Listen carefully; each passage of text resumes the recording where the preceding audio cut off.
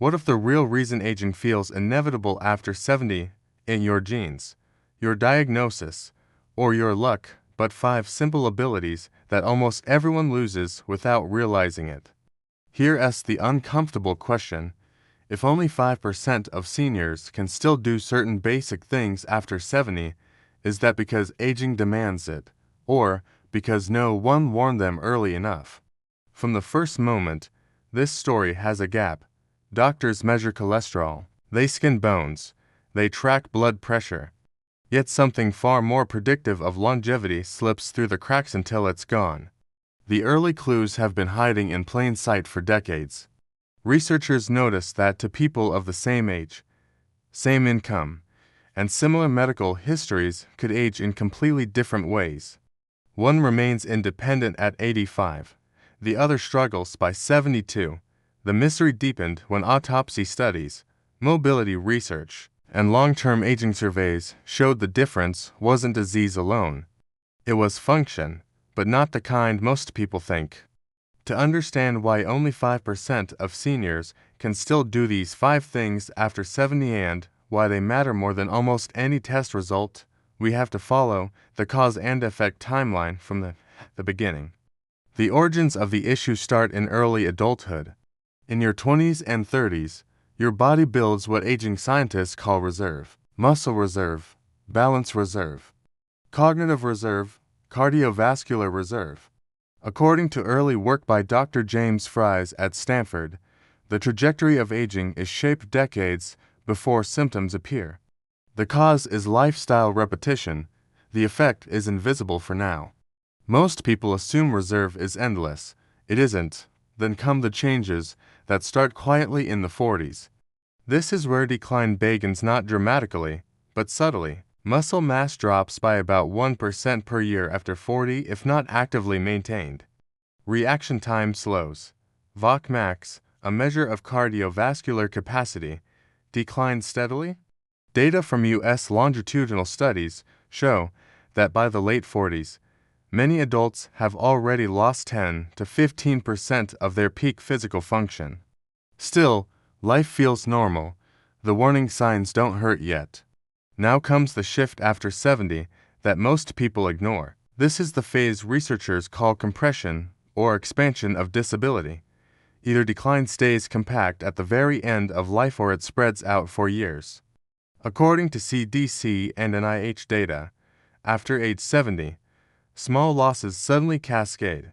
A little weakness becomes instability. Slight stiffness becomes fear of movement. The cause is reduced reserve. The effect is accelerated aging.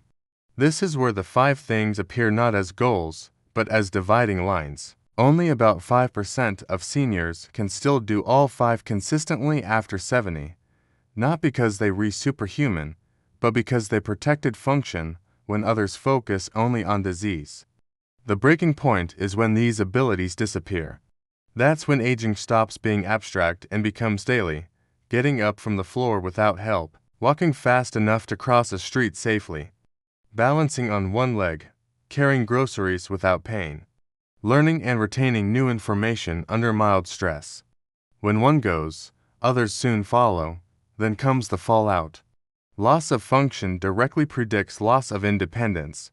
According to Medicare data, functional decline, not chronic disease, is the strongest predictor of nursing home placement. Healthcare costs rise sharply. Lifestyle shrinks. Social isolation increases. The effect compounds, and most seniors are told it's unavoidable. So, what are the failed fixes seniors try because of old advice? They focus on weight instead of strength. They walk slowly instead of training balance. They avoid effort instead of practicing controlled stress. They chase supplements instead of skills. The advice sounds safe, but the cause and effect data shows it accelerates decline. Now let us finally reveal the 5 things only about 5% of seniors can still do after 70 and why each one matters more than it seems. The first is standing up from the floor without using hands. This isn't about pride, it's about survival. Studies from the American Journal of Preventive Medicine show that inability to rise from the floor strongly predicts mortality within the next decade. The cause is leg and core strength. The effect is resilience after falls. The second is maintaining single leg balance for at least 10 seconds. NIH research shows balance time drops sharply after 60, and those who cannot balance are far more likely to fall. Falls are the leading cause of injury-related death in seniors. Balance is not optional, it's protective armor. The third is walking at least 1.0 meters per second. That's a brisk but achievable pace. U.S. aging studies show walking speed predicts lifespan better than many lab tests. The cause is cardiovascular and neuromuscular health. The effect is freedom of movement. The fourth is carrying moderate weight like groceries without pain or instability. Grip strength and load tolerance are directly tied to longevity. Large American cohort studies show weaker grip strength predicts higher all-cause mortality. Strength equals independence. The fifth is adapting quickly to new information under mild pressure. This is cognitive flexibility. Research from Harvard and UCLA shows that seniors who maintain this skill have lower dementia risk and better daily function. The cause is mental engagement and stress adaptation. The effect is mental longevity. Now link this to today. Across millions of seniors in the United States, the same pattern repeats. Those who preserve these 5 abilities delay disability by years, sometimes decades. Those who lose them early experience faster decline, higher costs, and reduced quality of life. Here's the twist most seniors never hear. None of these abilities are lost suddenly. They fade quietly, starting decades earlier. And they can be trained even after 70. So, what can you do right now if you're over 60?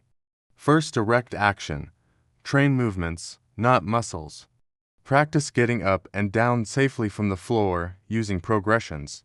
This restores confidence and strength together. Second, direct action. Challenge balance daily. Stand on one leg near support.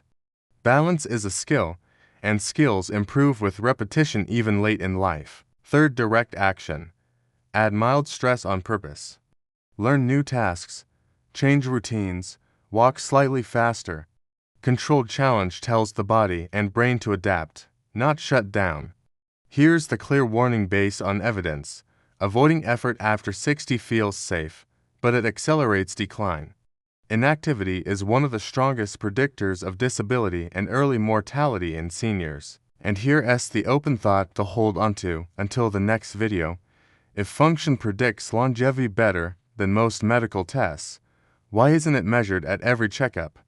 If this shifted how you think about aging, like this video and share it with someone who believes decline is inevitable. And for the next chapter where we break down the single habit that separates the fastest agers from the slowest, subscribe now. This story is just getting started.